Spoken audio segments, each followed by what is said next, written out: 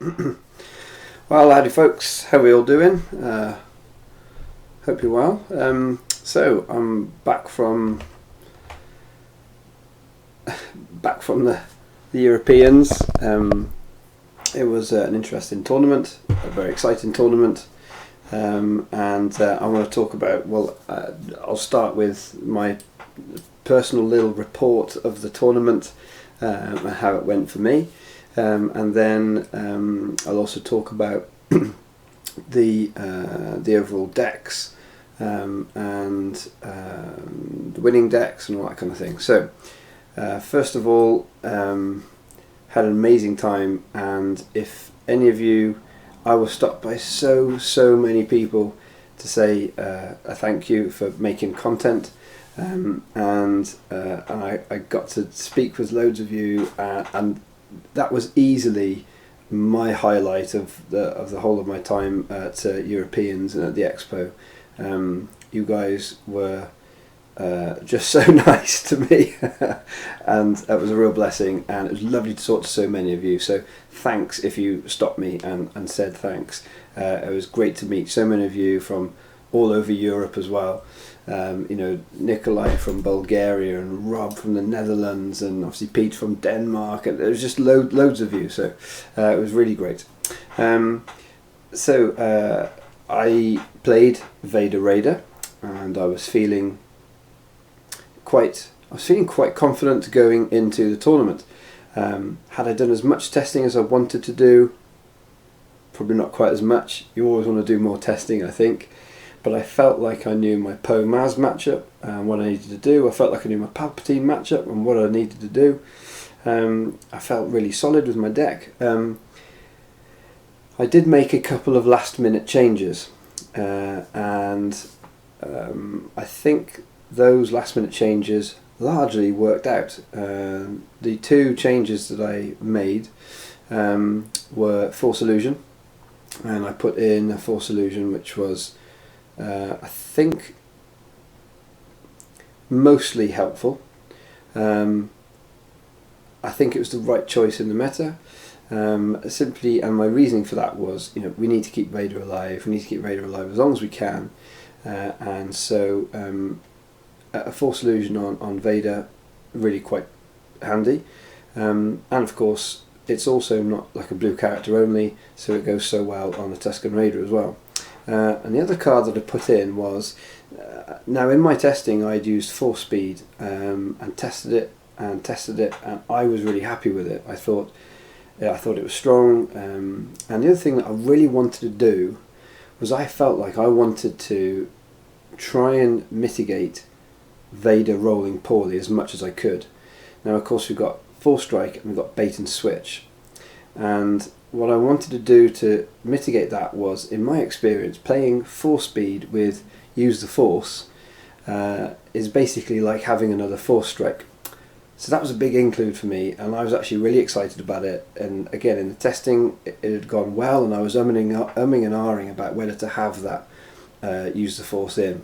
And last minute, I did put it in, and on the day, that went really well. I got 2 Force Speed, the Use the Force, and it really was like having another Force Strike in hand, so it was great. On the day, first match, it was a decent start. I was playing against a guy from a very close by town, and he was playing Vader Raider, and he so in this mirror, I rolled fairly well with Vader, not outstandingly, but it did roll fairly well, and it was one of those kind of games where you feel like you just get ahead, and you're always staying ahead. And I managed to kill his Vader before he killed mine, and then his Tusken Raider went down actually very quickly after that, and so that was that felt fairly one-sided actually. But I think generally I rolled okay. I was able to get 4 strikes off. I had the resources that I wanted, and he maybe didn't roll so well with his Vader. Now, one of the things that I went into the tournament being a little bit about was I wanted to make sure that I played Vader Raider in as consistent a fashion as possible. So everything was built to get the most out of Vader's dice and maximise the damage out of him. And I kind of said to myself going into it, if I roll well with Vader, I know this deck has the tools to go really far in this tournament. If I don't roll well with Vader, I think with some good play I can fix those dice. I can even fix the Tusken Raiders dice, so 3 for 1, and I could be consistent in pumping out, I felt, quite a lot of damage. And that first game kind of confirmed that for me. As I said, I didn't roll amazingly, I just rolled fairly normally, and it put out a lot of damage and finished him really quite quickly. Second round, I came up against Poe Maz for the first time. So this was a challenge straight away early on, and I played against a very solid player. He knew his deck and he knew what he was doing, and it was a fascinating battle. We dished out a lot of damage to each other very quickly. First round he had Poe, thermal detonator, and 3 damage, and he put out a lot of damage quickly, and I managed to as well. And there came to a crucial point, and the crucial point was he had Poe at 9 damage, and I rolled out Vader with my fast hands on, and I rolled a 2 disrupt and a blank. And I can remember looking at it and thinking, how many resources he got? He's got 3 resources. So in my head I'm thinking, that is second chance territory for Maz. I don't know if he's playing the second chance version. I don't know if he's even got it in hand. And Poe's at 9. I need to make sure I kill him this round. And so I didn't do the 2 disrupt. I managed to get the damage with the Tusken Raider 3 for 1 anyway in the end. Put some damage into Maz. He wasn't playing second chance, I thought I'd got away with it. And then pretty much right at the end of the round he played second chance on Maz. And Vader was on like 11 damage, and Maz had a couple of upgrades on, and my Tusken Raider didn't have any. And that second chance was all that he needed. I managed to kill the second chance, get it back out again, and he ended the game with Maz on, I think, 6 health because he did a field medic.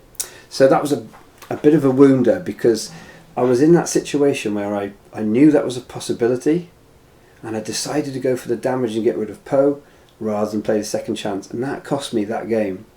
So I was 1-1. So the next game then, I was feeling like yeah, you too, Scott. So then the next game went much more smoothly, and I was 2-1, and then I won my next game as well. I went 3-1. So at that point I was starting to feel a lot more confident. And then at 3-1 I was on table 7, and I came across my friend Peter. He had come over from Denmark, someone who I was friends with, and he played emo boys, and I really felt like my matchup against this was strong. It was good, and he rolled 8 damage in 1 round, and it was a massive swing in the second round. The first round we pretty much nullified each other, and he didn't play out any upgrades, and he rolled Vader, and he rolled the 2 3 for 1s. After he rolled Kylo first, and he rolled Vader, the 2 3 for 1s. He had 3 resources with Kylo with the 2 for 1, and I had no removal in hand. I was playing with 10 sources of removal in the deck, and I had no removal.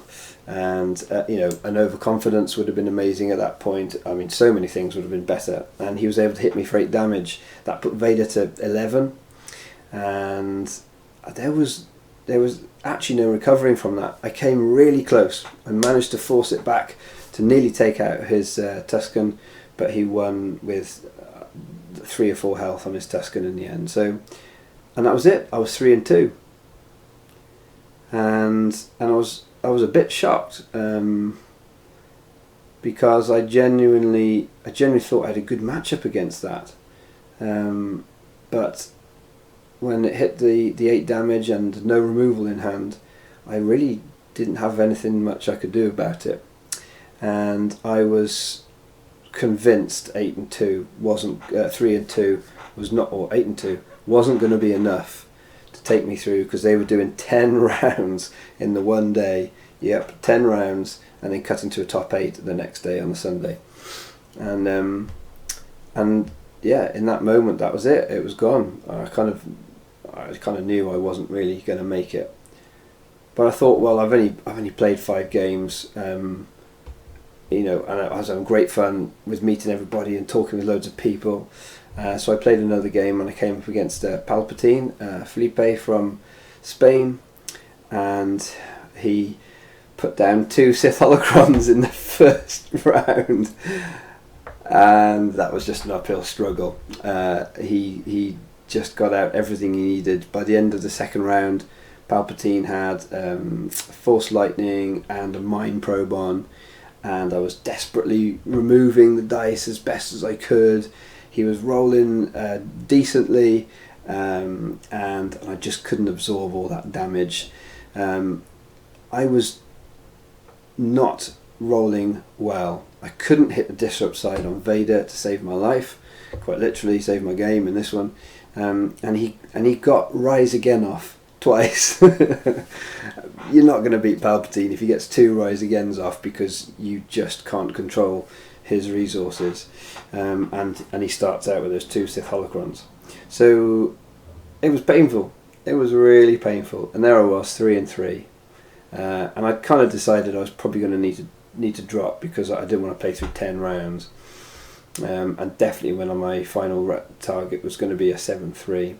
But I decided to play one more game, and I did play one more game. I played another mirror, actually against Felipe's friend Marcelo from Spain, and I managed to win that one. So I was 4-3, and I decided to drop at that point, realising that there was just no chance. Of course, after losing that second game, there was no chance of a top 8.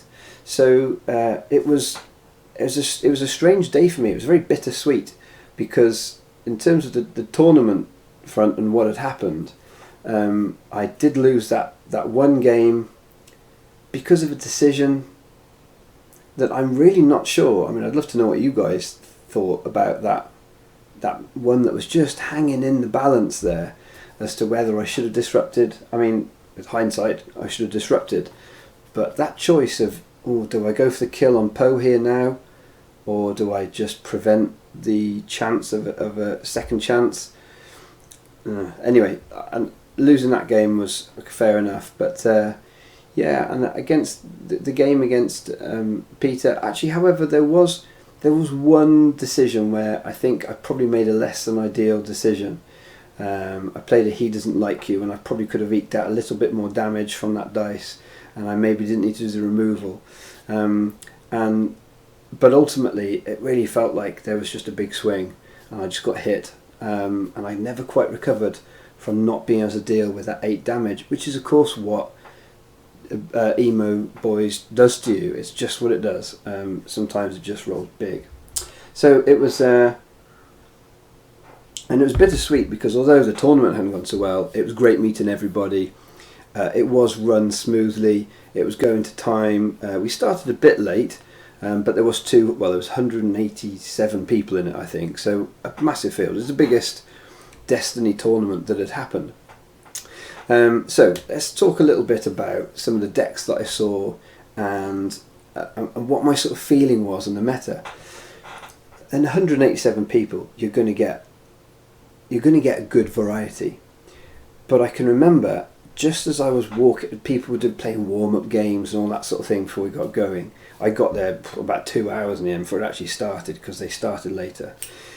And I can remember just walking up and down all the rows of tables and just having a quick look at what people were playing with. Now, of course, it might not have been decks that they were actually using, but really interestingly, there was nothing that I thought, oh, that's unusual.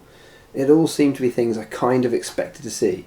Your Palpatines, your Vader Raiders, your Pomazes, and then there was some that were like, oh, that's a good sort of tier 2, or there was Qui-Gon Rey, Aura, Singh, Django. There were some 9s. There was a few 9s decks, Django 9s, those kind of things. But I wasn't seeing anything that made me really sort of double take.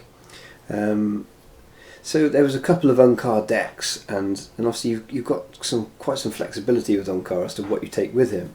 So I saw a couple of those around, but there wasn't really anything I saw that was really left field. So once we then started playing, I can remember, having a quick look at seeing what people were playing next to me, and again, it seemed to be all the decks I was kind of expecting to see, all the ones that I've just said, plus emo boys as well. So I was sort of feeling like, this is pretty good. I think I've got the meta. I think I've got a good feel for it. I'd set my deck up to be strong against shields for the Pomaz matchup and for Palpatine. And for those Unkar decks that just try and defend themselves until they finish the game out, and it was looking pretty good, I have to say. So I can remember when I got to the 3-1 game, and I was playing against Peter with the one who beat me to go to 2 losses on table 7, and I can remember standing up and just having a quick look at what everyone was playing around me, and in the what could I see? Probably I could see maybe 2, 4, 6, 8 decks around me. At that stage, and that 4 of them were Pomaz. I'm convinced of it. So it did feel like there was actually quite a lot of Pomaz. Now, interestingly enough, if we look at the results, that's not really what we see in the top. So let's just have a look at the top lists here. So the lists were, so the winner was an Unkar Plut FN Trooper deck, with runner-up being Vader Raider, and then in the other 2 in the top 4 was a Baze Malbus Snap Wexley deck, which is fascinating, really interesting, and then a Palpatine rounded out the top 4, and then top 8, get this, Phasma Guavian Trooper. That's a cool control deck there with some damage. Emaz is the first one we saw. And there was 2 Pomaz decks in the top 8, and then a what's there? Yeah, 2 Pomazes. No, 3 Pomazes. My bad. Sorry. Yeah, 3 Pomazes in the top 8. So and that's kind of felt about right. No, they didn't make top 4. But this is something, and I mean, you can, and I'm sure a lot of people really will shoot me down, but there was this fascinating thing that, I mean, where has Unkar 9's Trooper come from? I mean, a lot of us have talked about Unkar being strong. I mean, he is one of the strongest characters, definitely, in the meta. I'll freely admit, I thought an Imperial Inspection deck was going to be strong. I thought it was going to be really good. But I am amazed that it won. I really am amazed that it won. So it says to me that I haven't seen many people using FN in that build, and I think that's an amazing shout. And actually, I think this is the little difference that this guy, Dave, has chucked in there. He's identifying that Unkar is obviously very, very strong, but the FN is ridiculous. He is insane. That ability is stupid good. Unkar's going to give you loads of resources. You can get out loads and loads of great weapons, and that's exactly what Dave's done with having FN. Because you look at his list: rocket launcher, IQA, vibro knucklers, flamethrower, riot control baton, holdout blaster, vibro knife. He's just taken the the best, biggest, chunkiest weapons there, and he's played with those. Now he hasn't gone completely overboard, which is what you don't need to do with an FN deck. He's still got his 2 Imperial Inspection, 2 Salvage Stands, so that lovely control core. And then, I mean, if you look through, it's just pretty much all the best control cards. The best defense is my favourite removal card in the meta at the moment, with Palpatine, Poe, with Vader. It's just amazing. Electroshock is still fantastic. 1/4 portion, which I think is building and building and building in people realising, wow, this is a really good card. 2 Friends in Low Places, which is brilliant with Unkar, of course, and then 2 He Doesn't Like You, and you've got quite a lot of dice to be able to turn on your He Doesn't Like You. So I love the list. He's playing Mos Eisley because he knows he's not going to be fast, and he just wants to limit what the other player is managing to do. And of course, if they bounce it back, well, hey, he can probably salvage stand their extra resource. So everything, it's a really slick deck. It's really nicely put together. He's got, I think, the best control core setup in the game at the moment in the Imperial Inspection Salvage Stand with Unkar, and I love all that removal. The removal's great. So I think it's a really solid deck to have won it, but it's still a surprise. I mean, if you'd really pushed me, I'd have said I thought it would be either Vader Raider or Poe Maz. Palpatine is sort of an outside chance. And hey, look at that. It's Vader who came, Vader Raider came second. Now, of course, let's have a quick look at his deck, because he's got a couple of interesting things in there. Really quite interesting things in there. So he's gone for Secluded Beach, which I thought was a brilliant choice. Thinking about if he gets to go early, he could remove, if he does manage to be going fast, he could remove some damage, and I think that's a really great choice. And of course, if he's not running any range damage, so there is just literally no benefit to the opponent claiming that first, because he's not going to remove any of your dice. So I thought that was great. Force Throw, Makashi Training. Makashi Training I think is getting stronger because of that control element. Mind Probe and Sith Holocron. Vibranite, Fast Hands, 2 Force Illusion, all these good cards. 2 Backup Muscle, brilliant. I had that in my deck, and it's definitely an amazing support still. 2 Bait and Switch, yeah, 2 Deflect, which I think's super important in terms of the meta at the moment, with Poe Maz and with Palpatine being so big. I think 2 Deflect is a standard. 2 Force Strike, you're playing Vader. 2 1/4 portion, there it is. I think it's so good. 2 Trust Your Instincts, and I mean, maybe I just tested this wrongly, but a couple of other Vader Raider players that I was chatting to were saying Trust Your Instincts. They really rated it in their deck. It's allowing you to reroll Vader, which is always good, and you get an extra card which you can use to reroll Vader. Brilliant. I mean, it is really strong. Now look, he's got in 1 arm to the teeth in there. That's a really great include. I mean, really great include, because it just pushes that damage through when you need it to.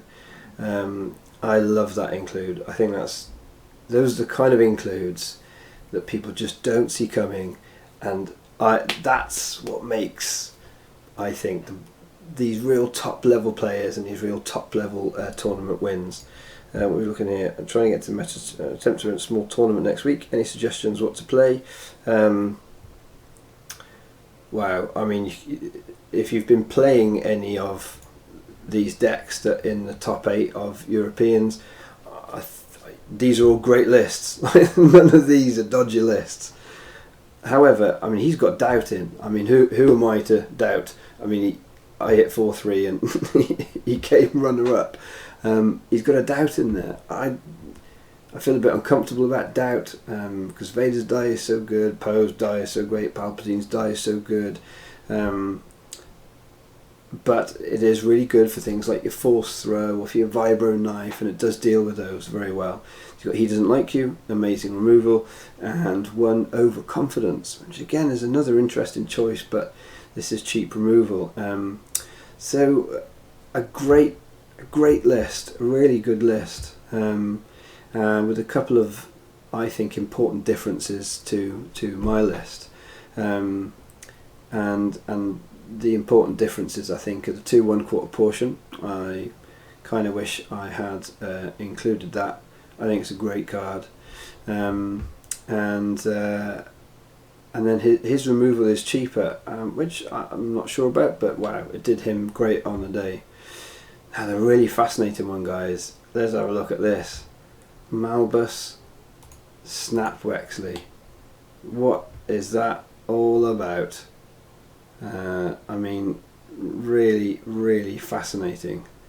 I'm a bit amazed, really, that Jonathan Kipps Bolton, you are a star for getting this to there. Are you? Well, let's have a look at the list. Okay, so Rebel War Room, so he's going to be able to pay for some of his slots. Is he running Wingman? I'd imagine he will. Yes, he's got Wingman in there, so he can go nice and fast. Then what we've got here, we've got DH-17 Blaster, brilliant. Avon-80 Blaster, I think it's really strong. 2 Holdout Blaster, it's great. 1 Rocket Launcher, okay. It is a bit more expensive. 1 C-3PO, interesting. Man, he must have had to make some tough cuts in this deck. You've got 2 Overkill, brilliant, can't go wrong with that. Need 2 Overkill. 2 Defensive Position, amazing. So many big dice in the meta. 2 Dug-In. I guess it's hard for you to defend any other way. So, yeah. 2 Bombing Run, really interesting. That's resolve a damage, and I'm even going to have to check that. Resolve a damage and do something else extra, which I can't think of at the moment. What else have we got on here on this list? We've got Field Medic, great. 2 Suppression, great removal. It's a trap, clearly fantastic. Interestingly enough, some people have been running It's a Trap in their Poe Maz decks, and of course we tend to think of It's a Trap as being all about the range damage, but It's a Trap can hit the specials too, and you know, the specials on Poe, that's what we're looking for, so just a little thing to chuck in there. But Hit and Run, 2 Rebel Assault, free removal of those specials, get rid of that Poe dice, although they've normally gone first, so they're probably not having Poe dice sat out there. And then a Surgical Strike and a Planetary Uprising. Well, it's fascinating. To me, what I'm starting to think is that, I mean, it's down to, well, clearly you have to have a good day. If you're going to win out or get to top 8 in a 187-man tournament, in a game where there's dice and cards, you have to acknowledge that there will be some days when the dice just aren't with you. Now, all of us will have a different feeling upon exactly how much that will really affect your results overall. But clearly these are great players. These are really solid players, especially if they're taking a deck like that to the top. They're really solid. They're making great decisions and so on and so forth over 10 matches. And not only are they making really good decisions, but of course they're also having a good day. They're not rolling terribly. You're not going to do well if you're rolling terribly in Destiny. It's, you know, it's a fairly obvious thing, I might say, but there it is. So these two things combined, it does make me feel like after having this first really big tournament and just seeing all these decks come together and the feel of it and how they play, I think in terms of a really big tournament, you shoot me down if you think I'm wrong, but I think overall your luck on the day starts having a slightly bigger impact than if you're playing in a smaller tournament. Now, of course, the counter argument to that is, hang on, you're getting 10 games, like your luck and your dice are all going to even out. Maybe I'm just kind of trying to put it into, I guess, into my feeling into words could absolutely be wrong, but that's certainly what it felt like, because I saw other good players, solid players, who were just sort of coming to me and just sort of going, yeah, it's not really happening for me today. Let's have a look at the final deck in the top 4. Really interested to know what you guys think on this. Resolve or Disrupt, deal 1 damage to each character. There you go. Nice, great. Well, obviously on 10 min, it's a brilliant card. Finally, let's have a look at this Pulp deck. Dimitris Papadogeorgopoulos. So we got Otogunga. Lots of Pulp decks are playing with Otogunga. 2 Sith Holocron, 2 Force Speed. I think it's good with him. 2 Holdout Blaster. 2 Force Push. Yeah, one Force Throw, 1 Force Lightning, 2 Force Illusion. Yes, 2 Doubt. Yeah, 2 Enrage. Yeah, that's a good choice, I think. Just in case you aren't seeing those Sith Holocrons, the Enrage allows you to get that get those upgrades out a little more easily. It means you can get out things like your Force Pushes and your Force Throws. Deflect, great. Feel Your Anger, great. 2 Isolation, great. Of Confidence, look at all this removal. 2 Abandon All Hope. Oh my goodness. Felipe in my game that took me to 3-3 hit me with Abandon All Hope. It was so painful. I had all the tools I wanted to play that round to force strike him and get loads of damage in. Abandon All Hope with Pulp is so good. 2 Rise Again, 2 No Mercy. Yeah. It's not massively different to any of the Pulp lists that I saw being played, and the one that I played against. I think it's strong, very, very solid. Guys, these decks are looking really, really good. Really. Now here's an interesting one. Phasma, Guardian, Trooper. So you've got 2 targets for your Guardian ability, and Guardian's got quite high hit points, and I think he's 9. So really strong. He's gone with Maz's Castle. Interesting. I guess maybe. I mean, he's not going down first. He's just feeling like Maz's Castle is a fairly innocuous one. I'm not so sure. I played with Maz's Castle with my Vader Raider for a bit, and it felt like when people were able to claim my battlefield, that they were drawing what they needed to deal with me. So I'm a bit scared of Maz's Castle at the moment if I don't think I'm going to claim. So what's he got here then? He's got guns. He's got weapons. I mean, he's got the Riot Control Baton, which is just a great card. Whatever, like, if you're going slowly, you don't care about the fact that it's not going to resolve with other dice. FLMD rifle, great. D29 heavy blaster pistol, it's fine. People sort of moan about it a little bit. I think it's quite good. 2 Imperial Discipline, great card. For 1, getting a good dice, getting a really cool ability. I think if you're playing a red deck, red villain, you've got to be considering Imperial Discipline. 2 Jetpack is great with Phasma because of her focus. So I think I'm hearing a lot of people moan about Jetpack. I know Tiny talked about it as one of the cards that he said was the biggest sort of loser. And I must admit, when we first started looking through all these cards, I was totally on board with that. I was like, yeah, it just doesn't feel quite as strong as it used to. But then I was playing with an Unkar deck, and I started to notice just how good it potentially is with Unkar, with the +3. It's just got big sides. It's got the 2 shields on. Oh, that's great. You love 2 shields in a deck like an Unkar deck that's trying to be defensive. It's got a defensive special on it that also gives a shield. It's got some really good stuff on it, and then it's for 2. Now, of course, it's not reliable, but I still think they're pretty big sides for a 2. And when you take into account these abilities, I think that's what makes it much more reasonable than an Unkar deck. Now we're talking about being in a Phasma deck. Well, again, we've got access to some focus, so actually we don't mind. I think it's still a good card, and I think it's probably been sort of pushed down. What else has he got? You've got 2 holdout blasters, they're great. 1 commanding presence, yeah, we know that's good on Phasma with her big health pool. The best defense, my favourite removal in the meta at the moment. He doesn't like you, amazing. Bait and switch, amazing. Bait and switch was probably my favourite card on the day.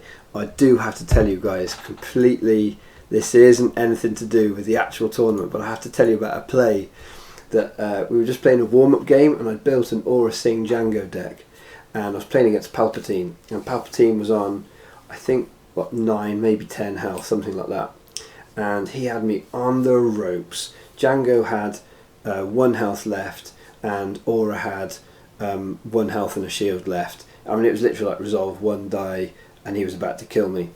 And I rolled Aura out, and I was desperate for resources, for damage, and I rolled 2 resources.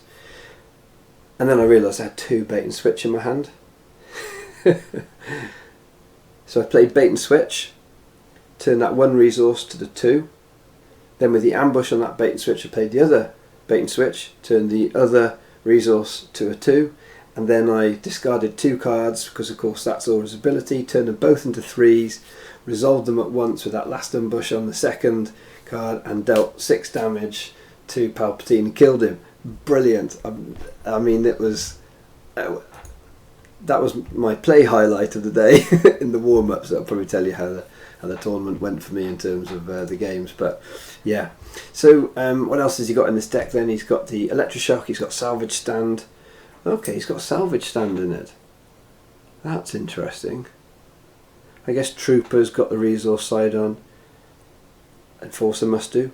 Must do. And Phasma, of course, has. So, yeah. 2 backup muscle, it's brilliant. 2 friends in no places, amazing. 2 flank, 3-person list. Hunker down. Yeah, I mean, Hunker down's going to be great against some decks if, you know, you're going to pitch it if you're playing against a Vibraknife deck. But, cool. Now, who came top of the Swiss? Poe Maz. And what's he got in his list? 2 cunning. I think Poe Maz with cunning in, guys. Oh, it's so very good. Oh, he's running fair trade. Interesting. Really interesting. He's got 2 planetary uprising, 2 defensive position, 2 electroshock, 2 field medic, 2 hit and runs. These are all good. Lost cat and mouse, great. 1 dug in, and new orders because he wants his Emperor's throne room, and 1 flank. A flank in a Poe Maz. I guess maybe that's for the mirror, that if he ends up not getting to go first because the other one manages to go fast, they find their fast hands before he does, and so on. It's a good choice, I think, actually. But against a lot of decks, it's probably not going to be very useful to you. But again, it's one of those ones where you don't mind pitching it if you're winning and you're thrashing them and going fast, but if you manage to lose pace, then actually having a flank in your Poe Maz, that's not the end of the world. That's actually quite decent. Cool include. Fair trade. What? I guess, I mean, 2 of them as well. I think he's even got 1 in. Has he got some clever thing there I'm just not seeing with a cunning? I mean, my experience with Poe Maz is you tend to actually build up a few resources, because you're so focused on generally doing your Poe Maz trick that actually you build up quite a few resources until Poe dies, and then you've got some resources to put out a rocket launcher and all those kind of things onto Maz. So maybe he actually was using, which is why I'm thinking fair trade's the funny thing in there, but maybe he was going really heavy for, I mean, if you're playing out of cunning, that's going to be painful, because you know, that is going to be your 2 resources, but it's getting you the extra Poe ability. It's quite cool. So fair trade becomes really quite good if you see a cunning and a fair trade. Especially good in your matchups where you are against a control. If you're up against Unkar and all those kind of things, it could be brilliant actually. Really nice include against Unkar. Just 284. It's an anti-rise again card. Of course it is. There it is. Yeah, that's absolutely what it's in there for. So rise again, remember, cost 5. It means you can heal at PAL 5 damage and get a nice big yeah, great, that's so good. I love that include 2 fair trade, and it's still going to be fine against your Unkar and Peer Inspection decks that are building up good resources, but yeah, that's amazing against your Rise Again. What a cool list. Yeah. No Maz's Goggles. I'm not seeing no Maz's Goggles in there. Interesting. Okay, but then hang on, there's another one which is running Maz's Goggles. So this is finishing out the Poe Maz lists. So Marek's list, he's got the Cunnings in. This is a very similar looking list. He's got an extra rocket launcher in, and he's got the 2 Maz's Goggles. He's only got 1 Electroshock instead of 2. He's got 1 Lothcat Mouse instead of 2. And he's playing the hyperspace jump. Yeah, yeah. I mean, he's got Millennium Falcon, so it could happen the once. But I guess for me, I don't know. Maybe I'd perhaps play Retreat. I guess hyperspace jump finishes it there and then. Retreat, of course, is only they still get another one, but it's a lot cheaper. Yeah, interesting. And then finally, and that last one, Daniel Simpson. I think I might have played against Dan actually. I think he might be the Poe Maz list that I lost to. Yeah. Yeah, he may well be. He was a really solid player. He was really, really on it. The way he played against me, he deserves his top 8, if that is him. Wow, he's got 2 bowcasters in there. I didn't see that. Thaddeus, the fair trade was for anti-Rise Again mainly, but yes, it will definitely help against those 2 characters too. He's got 2 bowcasters. He's got a black one in there. Yeah, love it. Thermal Detonator, U-Wing, 1 Falcon. He's gone quite big for the big cards there. For I mean, the bowcaster is really cool with Poe, of course, and a launch bay as well. And he's got a lot of big cards: Falcon, 2 U-Wings, 2 Thermal Detonators, 1 black one, 2 bowcasters, 1 launch bay, and 2 DL-44s. That's 11 cards that he is gonna. Wow. Okay. Yeah, that's a lot. He's gone for Scavenge. He's gone for Planetary Up 2 Defense 2 Planetary Uprising. Yeah, I mean,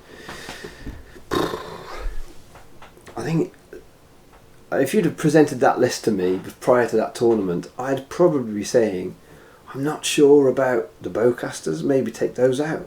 He's only got 1 Friends in Low Places, the 1 Duggan, he's playing a 1 Falcon. I might take out a bowcaster, I'd probably 2 Falcons, but if he gets out a bowcaster with some redeploy, crikey, but I mean, I can't see that happening very much. Really fascinating. So what I think we see in this top 8 is we've got 1 Vader Raider. I might have thought there'd be more. We see 3 Poe Mazes. Yeah, didn't make it into top 4. That's quite interesting and a bit of a surprise. We've got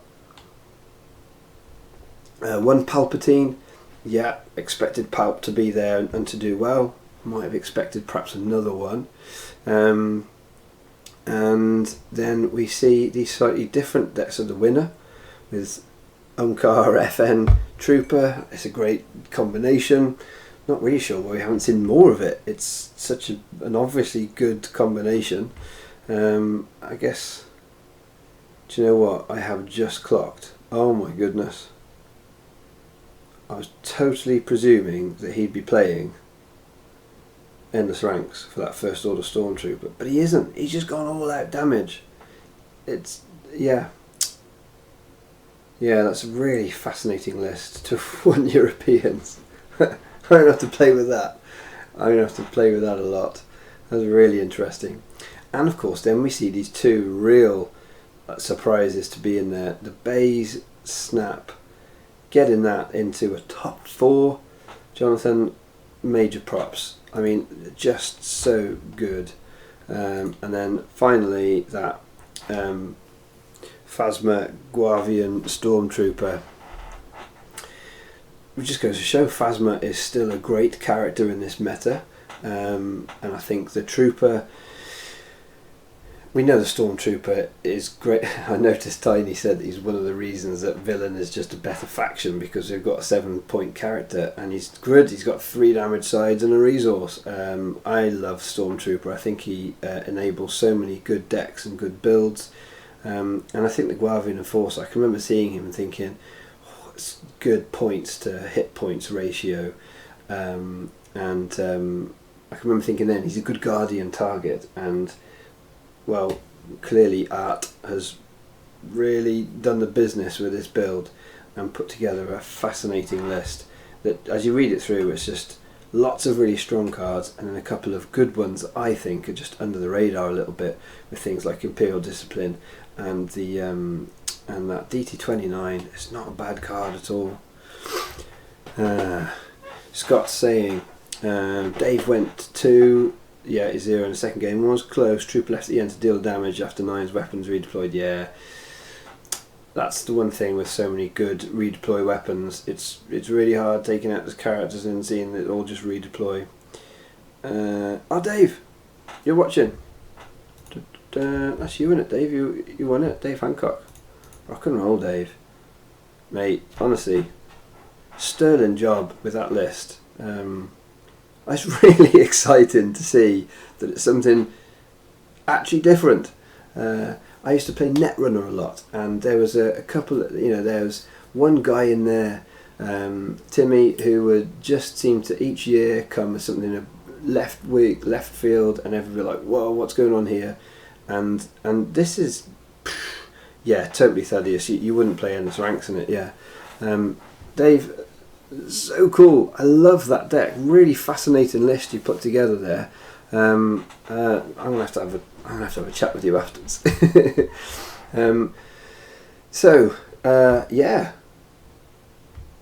Congratulations, Dave. Really cool tournament. It was run smoothly. Wow, there didn't seem to be any major hiccups. We got through the rounds real nice and quickly.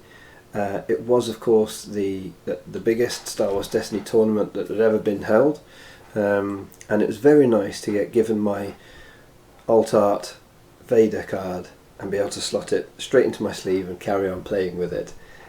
It's beautiful. I haven't got it to hand, it's downstairs. It's beautiful. In fact, the guy I was playing against, I think I actually took a picture of him playing against it, saying, this is the first time, I'm one of the first people to play against the Alt Art Vader. So yeah, it was really great. So guys, like, questions, go for it. The live chat's up. Obviously I've been sort of slightly responding too, but any questions? Ask questions about the meta, questions about the tournament, the event, because it was at the UK Games Expo. Oh, and they have confirmed that next year's European Championships will be at the same event again. It will be at the UK Games Expo. I'll be booking my ticket and trying to get there to that. So So Michael just saying some really interesting lists. He was a bit frustrated that the decision made on the day to do all 10 rounds on the Saturday, but a great day overall. This is really interesting and a cool discussion point, actually. For me, I was super...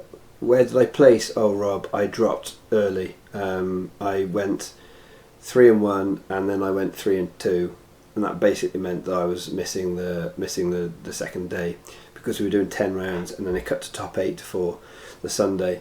I did play out another couple of games and I went 4-3 in the end, so a bit of a torrid day in terms of the tournament and my play itself and how it all panned out.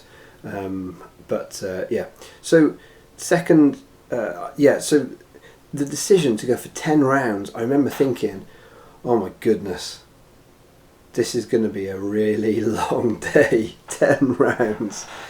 Of course I only played 7 in the end, and actually really weirdly, because of because of so many Destiny games now are done in 15-20 minutes, especially when you're playing Vader Raider on a game like that.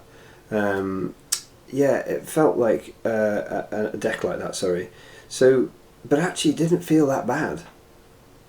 I mean, I've never played 7 rounds in a tournament before in one day, but really it didn't feel too taxing. Generally, games are over fairly quickly. And so, it wasn't like this is my brain's hurting. I mean, it might have done perhaps if we'd gone right through for the full 10 rounds, but it wasn't quite as bad as I thought it was going to be. And personally, I'm really pleased they did it that way, because if they had done it the other way, then everybody would have had to come back the next morning, and everybody would come back, and they were talking about doing 8 and 2 and then cutting to a top 8, and that would have been a bit naff, really. I mean, how Worlds did it with they played 6, then the second day they played 3 rounds and then a cut to top 16. That was pretty cool. But actually the way they did it, with just getting 10 rounds done and then being able to cut to top 8 so that only the 8 came back the next day, bearing in mind it's at this big expo, there's loads of other cool stuff going on that lots of people wanted to go and see.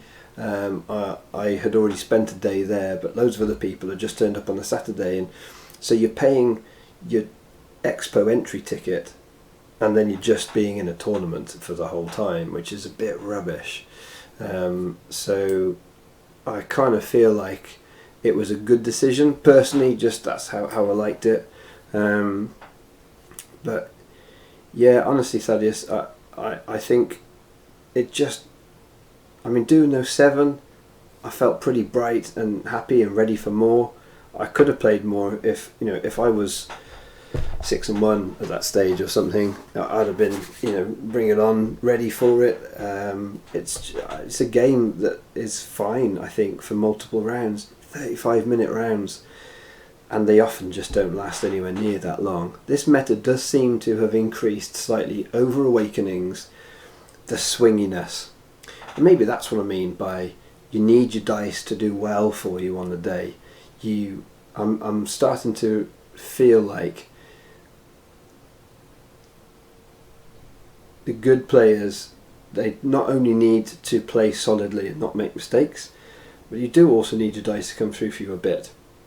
But then, Magic players will say you've got to have your deck come through for you. You've got 60 cards in your deck. You can't just rely on it to always give you what you need. All those kind of things. So it does all swing around about. It's a level playing field, and everyone's turning up on the day, trying to hoping for good rolls and for their cards to come off the top of their deck and all that sort of thing. So it's even playing field. But I feel like in this meta, because it's swingy and there's big damage happening and things like that,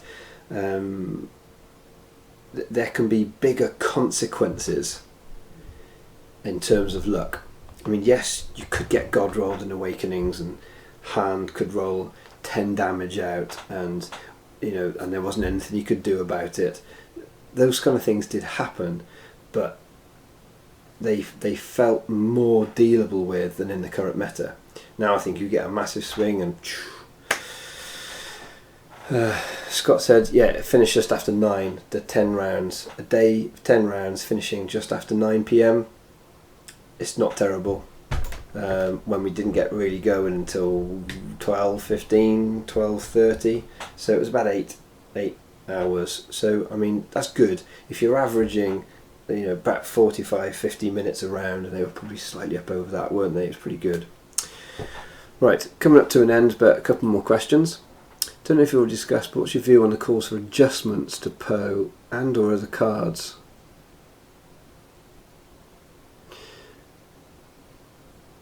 Yeah, it's interesting. I feel like with Pomaz, it's so very consistent. I mean, the amount of times I play against Pomaz, and I know how that game works. I know how that game breaks down, which is why I'm so frustrated about that one decision that I made that cost me that whole game when I was right in there. It was such a tight match. Personally, I find that interesting. I'm someone who clearly loves Destiny. I'm someone clearly invested in knowing the cards, knowing the meta, knowing everything. And so I know how to beat that deck. I think where POMAS is problematic is for those kind of guys who are playing casually or like playing competitively but perhaps haven't invested massively in learning matchups and things like that. And I can completely understand how that becomes a bit of a negative experience, because it's like it so consistently beats me. My feeling on it is, if you're going to be competitive and you're going to put yourself into a competitive context, you've got to understand that everyone else is trying to be competitive. And so therefore, if you're losing against that deck lots, and you're getting frustrated by that, then you need to learn how to play against it. Find some other players who are able to beat it, and get after it. Ask them questions, find out how to beat it. Maybe change the deck you're playing. Maybe you love a particular deck and it doesn't do very well against POMAS. Well, if you're playing in a competitive environment, you might need to just put your pet deck down and say, do you know what? Actually, this deck's going to be much stronger against POMAS, and there's POMAS everywhere in my local meta, so I'm going to start playing this now. That's just the flow of games, and I understand with Star Wars Destiny, with an IP like Star Wars, you can get an attachment to particular characters or a way of playing, and I think in a competitive environment, you can't really do that. You can't get too attached to a particular deck, particular characters, because they'll come in and out of the meta and what's strong and what isn't.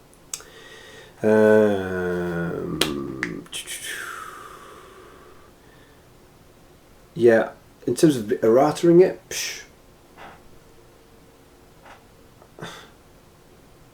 I don't think I'd call for it being errated in some way. I mean, there's loads of ways that you could errata these things, but look, it didn't win Europeans. Yes, there were 3 in the top 8. That's strong. There were a lot of POMASes there. Well, they didn't all make it into top 8. It's the 5 that beat those 8. They played better and they didn't have POMAS. So I feel like there are decks out there that beat POMAS. You just got to be good and you've got to roll decently against it.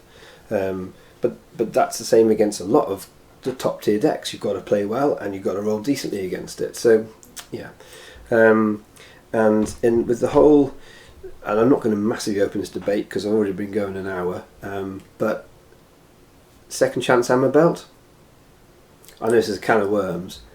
My personal feeling on it is that, look, I did not see second chance hammer belt the whole time I was there. I saw second chance, did not see second chance hammer belt, and there is absolutely no way that it was dominating the meta or anything like that.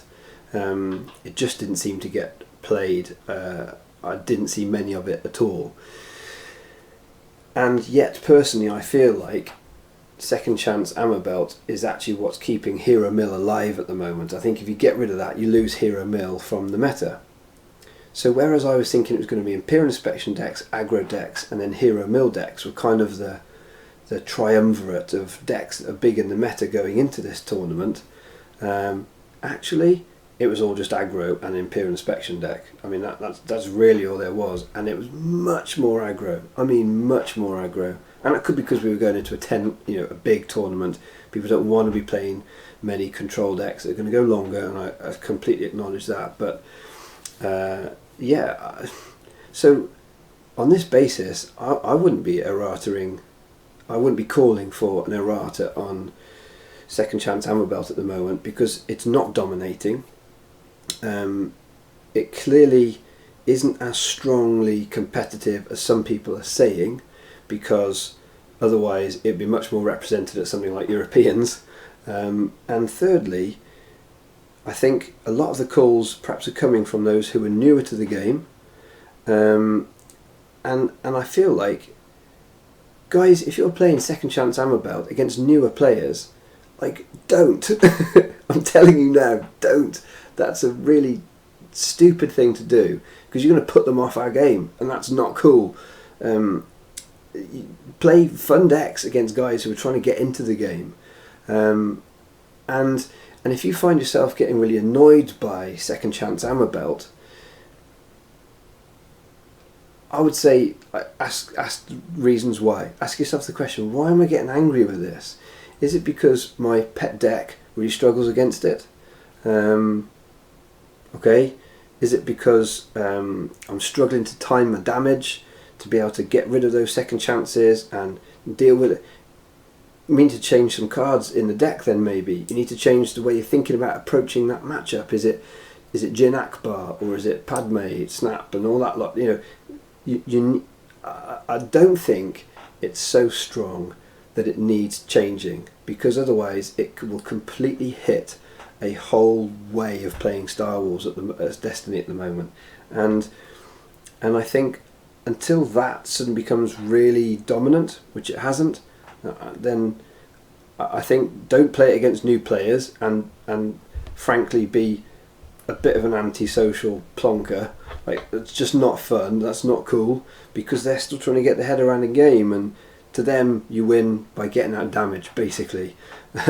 And so clearly second chance ammo belt feels really stupid against them, and they're not going to have the ability to understand timing their damage and trying to get cards at hand and get you discarding stuff and timing it for getting rid of second chance and stopping the ammo, and all these confiscations and all this kind of stuff. Like, they're not going to get any of that, so it's going to be a negative play experience for them. Anyway, that's my take on the two big errata things that people seem to be calling for, and I think on the back of Europeans, I would say that didn't change. I wasn't playing against Pomaz thinking, oh, this is so rubbish, or I wish they'd change Poe, this is ridiculous, I can't believe it. It was really tight, it was close, it was hanging in the balance, and I lost the game against it with my deck that I felt really confident with, just because I was in a real 50-50, do I do this, do I do that? And I went with what I can now see was the wrong choice, but even if you put me back in that situation, I'm not sure I'd have played it differently. It's just fine. That's just, Pomaz is tight, but you can beat it. You just got to play really well against it and know what they're trying to do with it. Anyway, so in summary, Europeans was a really cool tournament. There's a really exciting winner with Dave's really different list, which I think in these big tournaments it can often go like that. And then just thanks again to every one of you who came and said hello, thanks for content. I talked to so many of you, and I have to say, guys, the Destiny meta and people and community does seem really great, and after meeting so many of you from like all over our continent, I'm just further encouraged that that's the case. So let's all resolve to keep that going.